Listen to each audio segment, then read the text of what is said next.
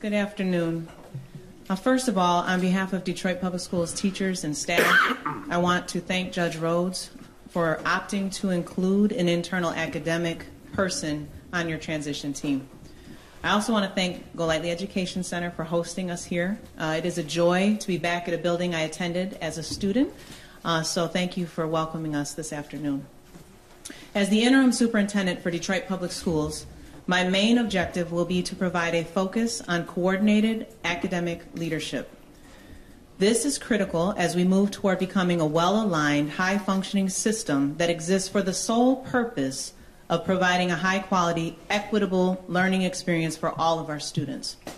As a voting Detroiter, I agree and support Judge Rhodes and everyone else who is calling for a return to local control as soon as possible. People often ask me, how long have I been with DPS? And my answer to that question is that I started with DPS when I was a 4-year-old in Head Start. I graduated from Detroit Public Schools, and I always knew I wanted to return to Detroit to teach. Teaching is a calling on my life, has been a calling on my life since I was a little girl, instructing my class of stuffed animals in my attic. They were very easy to control, and classroom management was not a problem. Real teaching is a little more challenging, but I enjoyed every single moment that I had in the classroom. I am a lifelong Detroiter. I love this city, and I love this school district. More than both of those, I love the children of the city of Detroit. I started my career as a middle school science teacher. And as a teacher, I was involved in several exciting projects and worked on a curriculum writing team, conducted professional development for teachers, and participated in textbook adoption. I was also involved in several programs with my students, such as robotics. When I transitioned to administration, I became a supervisor over middle school science, and in that position, I had the opportunity to visit classrooms all across the city as part of teacher observation and support. I then became the director of the Office of Science, and during that same time period, I was functioning as the director for the Detroit Mathematics and Science Center, one of 32 math science centers in the state. The experience as a Math Science Center director has been incredible because I've been able to get to know people from literally every region of the state. And what that has shown me is there are people all across the state who agree with equitable access for all students. Most recently, I've served Detroit Public Schools as the executive director for curriculum.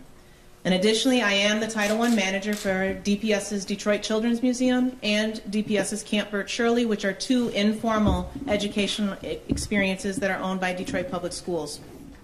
All of these experiences that I've had have provided a unique learning path that has allowed me to interface with people of all titles, multiple departments across all disciplines and functions, and foster strong and clearly articulated partnerships within our external community as well. I did not seek this position. My name was put forth to Judge Rhodes by the Detroit Public Schools teaching ranks, as well as community members who have worked with me for several years, which is extremely honoring and overwhelming. When I was approached for permission to submit my name, I had to think very hard about this because I understand the weight of the current situation. I understand the dire straits we are in currently, but as anyone who knows me will tell you, I also believe in Detroit Public Schools. I believe in a highly engaging learning experience for all students in Detroit Public Schools. I believe that Detroit Public Schools has some of the hardest working, most underappreciated, self-sacrificing teachers, administrators, and staff that you will find anywhere. And I often wonder, how is it then that we cannot move this needle of academic achievement? Margaret Mead once said, "Never doubt that a small group of thoughtful, committed citizens can change the world. Indeed, it is the only thing that ever has." I believe we have the committed citizens. Citizens of Detroit are committed to better education choices that provide doors of opportunity for now and the future. Teachers of Detroit Public Schools are most certainly committed, as evidenced by their daily work in some very challenging conditions. Our building principals, who carry the load of so many burdens, are dedicated to ensure that our students are provided with an emotionally and physically safe learning environment, as well as supporting our teachers, parents, and students. So, and I do apologize for my emotion, but this is a bit of an emotional day for me. So, we have the documented commitment, but at this point, we need to be even more thoughtful about how we approach the systemic changes. We have many different programs, initiatives, and demands being thrust at our building leaders and teachers, in addition to the chronic stressors that are involved for teachers and administrators working in a system that is misaligned and has multiple external challenging factors as well. People who have heard me give presentations before know that I often say this: if you don't agree with the system, work to change the system. But until the system changes, work to make sure that people who are trapped in that system are successful. I've been working in this system for over 20 years, trying to change it. I've also dedicated my professional career to doing everything in my power to make sure that anyone trapped in this system can be successful. I have worked collaboratively with principals and teachers to provide funding for initiatives and assistance to specific needs. Simultaneously, I have worked very diligently to provide excellent customer service and response to anyone who reaches out to me. I intend to continue this type of support and leadership during this transition time. A little bit about vision. To talk about where I believe we need to go, I first need to talk about where I have been. I'm a teacher at heart. I absolutely love teaching. I taught middle school on the Northeast Side for about 15 years and truthfully did not want to leave my classroom, to the point that I cried several times during my first year out of the classroom because I missed teaching and my students. I hope that some of my former students are hearing this right now and remembering some of the learning experiences we had together. Building rockets as part of the engineering design process and to learn physics, making soap out of lard to demonstrate chemical change, going canoeing to explore biodiversity. These are the types of experiences that cause students to remember academic content. I often run into students who remember me, and I can tell you in all honesty that I've never had a single student say to me, "Ms. Meriweather, do you remember when we read chapter 8 and we answered all those questions? That was awesome." It's never happened, has it? That's not what's awesome about school, is reading chapters and answering questions.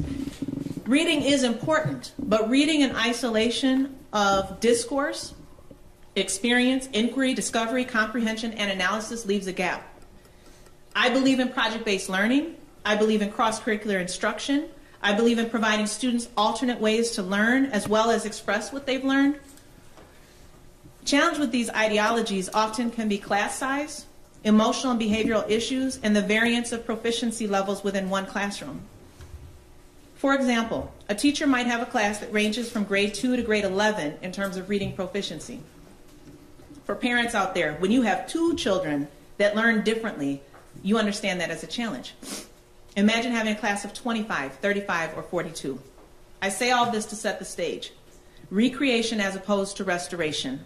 Detroit Public Schools needs to be very thoughtful about how we proceed in terms of restructuring academics.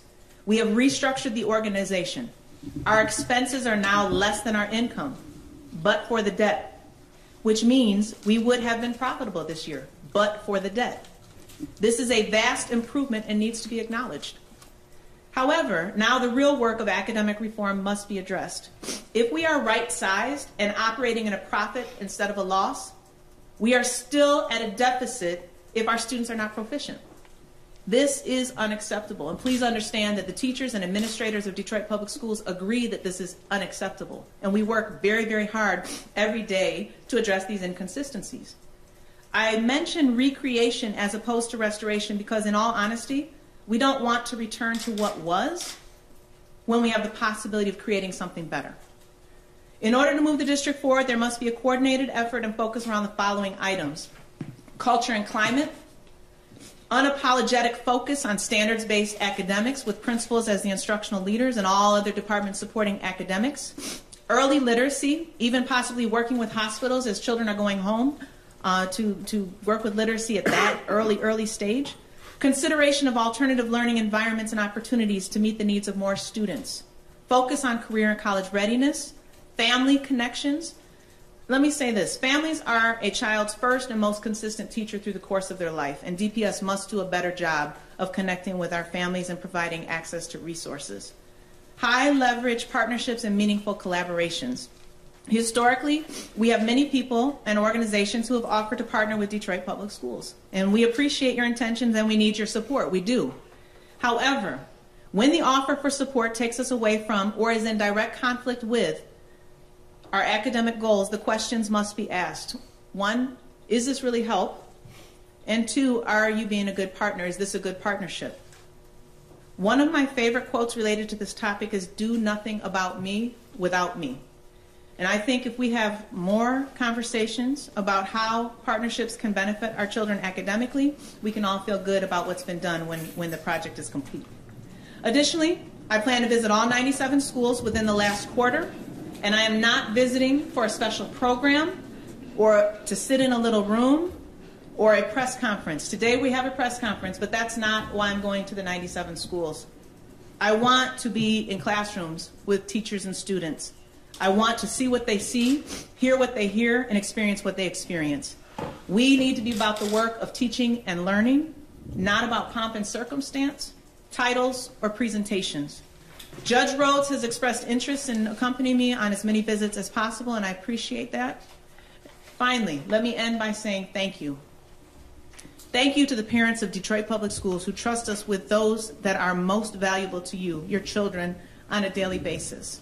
Thank you for believing in us and choosing to stay with us throughout so many challenges and changes. Thank you to the teachers of Detroit Public Schools. Words cannot express how grateful I am to know you and observe the care and dedication you show to our students on a daily basis and the sacrifices you have made for this district over many years. Thank you to our principals who provide consistent leadership, tireless efforts toward improving the school environment and providing care for both our staff and students within their buildings, often going without appreciation. Thank you to the more than 5,000 DPS employees who are both behind the scenes and in the forefront, our police force, our noon-hour aides, clericals, engineers, custodians, central office employees. Thank you for the tireless hours you put in and the care that you show for our children. And finally, to the community that surrounds and supports us, thank you. In closing, I look forward to working collaboratively with multiple stakeholders in order to move this district forward in a positive direction. It can be done, and it must be done, because our children deserve no less. Thank you.